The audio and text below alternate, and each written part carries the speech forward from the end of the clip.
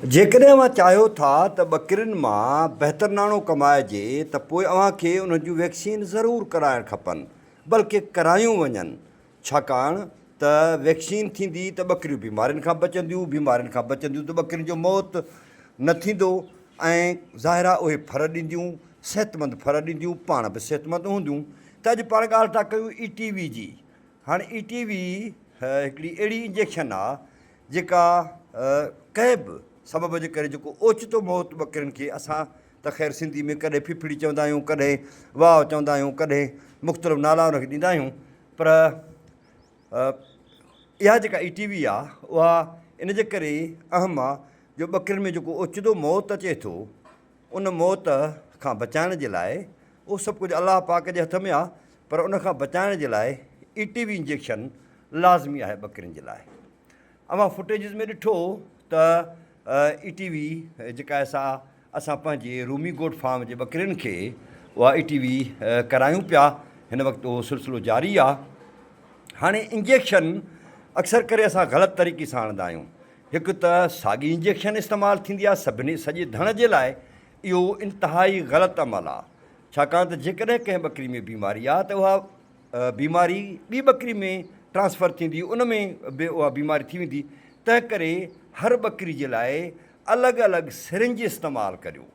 जॾहिं अलॻि अलॻि सिरिंज इस्तेमालु कंदो त पोइ यकीनन अव्हां जेको आहे सो ॿकिरियुनि खे बीमारियुनि खां बचाए सघंदो, ऐं इहो मेडिकल जो उसूल बि आहे। हाणे हिकिड़ी ॻाल्हि इहा थी। ॿियो इहो थियो त ETV जेका आहे उहा ओचिते मौत खां ॿकिरियुनि खे बचाए थी ऐं ॿकिरियुनि खे जेको आहे सो महफ़ूज़ रखे थी। इंजेक्शन लॻाइणु कीअं खपे, उन जे लाइ तव्हां कंध वारे पासे खां चमड़ीअ में इंजेक्शन लॻाईंदव ऐं उतां खां अंदरि मोकिले, ऐं कोशिशि करियो त उहा गोश्त में न लॻायो, उनजो को एतिरो सुठो नतीजो नथो अचे, पर चमड़ी में जेकॾहिं तव्हां लॻाईंदव त उहा बहितर रहंदी। हाणे उन जे लाइ ॿकिरी सां माना इंतिहाई नरम अंदाज़ में सुठे तरीक़े सां जॾहिं पेश अचिबो त ॿकिरी जेका आहे उहा आराम सां उनखे तव्हां इंजेक्शन हणी सघंदव। डॉक्टर खां मालूम करे अव्हांखे हिकिड़ो ॿियो कमु करिणो पवंदो त उहा जेका इंजेक्शन आहे उहा आउं सम्झां थो त 2cc डॉक्टर लॻायूं हुन सां वरी खे वॾनि ॿकिरियुनि खे, ऐं इहे 3 महीननि खां वॾी उमिरि वारनि फरनि खे बि तव्हां लॻाए छॾियो त जीअं उहे कंहिं बि ओचिते मौत खां बची सघनि। त दोस्तो, जेकॾहिं अव्हां चाहियो था त ॿकिरियुनि मां असीं भरपूर नमूने सां झझो नाणो कमायूं, सुठा पैसा कमायूं ऐं पंहिंजी बावकार ज़िंदगी गुज़ारियूं, त पोइ अव्हांखे घटि मां घटि हुन जूं जेके तइ थियल वैक्सीन्स आहिनि उहे तव्हांखे लाज़मी कराइणियूं पवंदियूं। जेकॾहिं अव्हां वैक्सीन नथा करायो त पोइ वायरल डिज़ीज़ जेके आहिनि उहे ॿकिरियुनि में अचनि थियूं ऐं पोइ धणनि जा धण ख़तमु थी था वञनि, ऐं पोइ हिकिड़ो तमामु वॾो न रुॻो नुक़सानु थिए थो, पर इन कारोबार खां ई माण्हुनि जो अरवाह खजी वञे थो ऐं माण्हू मायूस थी वञनि था। तंहिं करे इन क़िस्म जे मायूसियुनि खां बचण जे लाइ इहो इंतिहाई ज़रूरी आहे त अव्हां ॿकिरियुनि जूं जेके वैक्सीन्स आहिनि उहे हर क़ीमत ते करायो। उन में PPR इंतिहाई अहम आहे, CCPP उहा बि ॾाढी अहम आहे, FMD बि ॾाढी अहम आहे, ETV तमामु ज़रूरी आहे। ॿियो ख़ासि तौर ते बारिशुनि में गोट पॉक्स थींदा आहिनि, यानी उहे दाणा दाणा थी वेंदा आहिनि ॿकिरियुनि जे जिस्म ते, ऐं पोइ ॿकिरियूं जेके आहिनि से उहे उन्हनि में एलर्जी ऐं ख़ारस ऐं दाणा ऐं ॻोढ़ा ॻोढ़ा ठही वेंदा आहिनि, ऐं नतीजे में उहा ॿकिरी ग्रोथ न करे सघंदी आहे। हाणे हिकिड़ो त इहो थियो। ॿियो, डीवर्मिंग तव्हां ज़रूरु करायो ॿकिरियुनि खे। डीवर्मिंग ॿकिरियुनि जे कीड़नि जे ख़ात्मे जे लाइ आहे। उहा तव्हां हर 4 महीननि खां पोइ या घटि मां घटि 3 महीननि खां पोइ तव्हांखे ॿकिरियुनि जी डीवर्मिंग कराइणु लाज़मी आहे, ऐं उहा कराइणु खपे। जेकॾहिं तव्हां इहे 4 वैक्सीन ऐं डीवर्मिंग जो सिलसिलो जारी रखो था त यकीनन अव्हां कामयाबु आहियो, ऐं पोइ अव्हांखे मतिलबु त कामयाबी खां कोई नथो रोके सघे। ॾिसो, असां जेको बि कारोबार करियूं त पहिरियां उन जी ॼाण इंतिहाई ज़रूरी आहे, उन जी मालूमात इंतिहाई ज़रूरी आहे, ऐं असां तव्हांखे पंहिंजे YouTube चैनल वसीले इहा मालूमात ॾींदा रहूं था।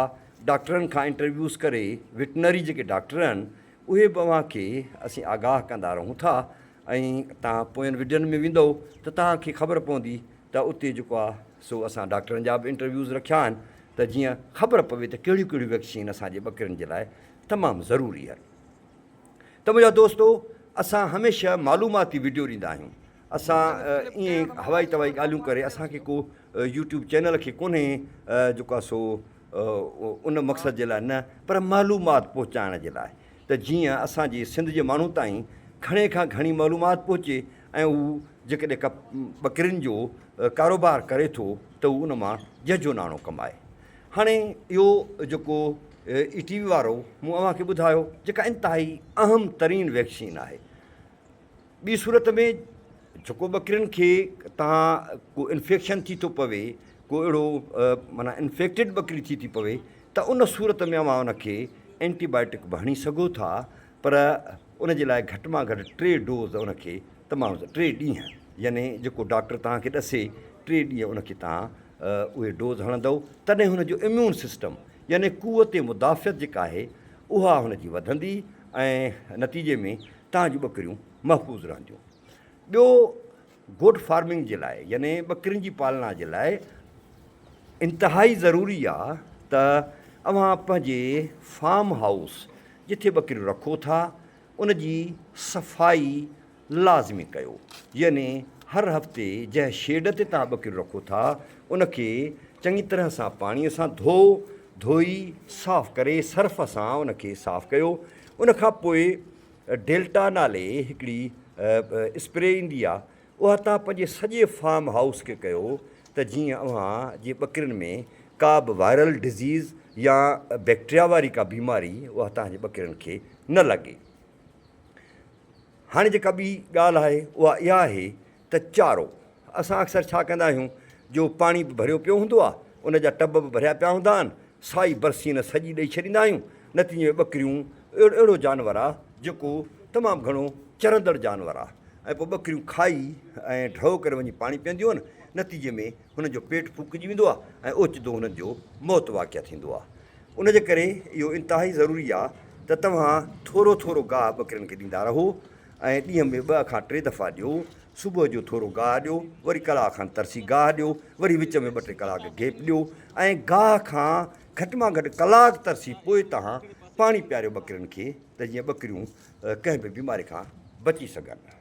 रूमी गोट फार्म जो इहो मक़सदु आहे, इहो नस्बुल ऐन आहे त सिंध अंदरि गोट फार्मिंग जो जेको कारोबार आहे उहो उरूज ते पहुचे, छाकाणि त गोश्त जी सॼी दुनिया खे ज़रूरत आहे ऐं खीर जी बि सॼी दुनिया खे ज़रूरत आहे।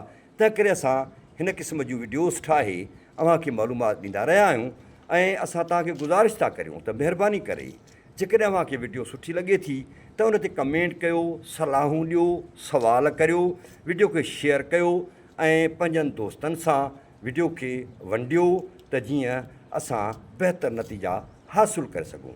सदा सलामत हुजो, ख़ुशि हुजो ऐं इज़त सां जियो।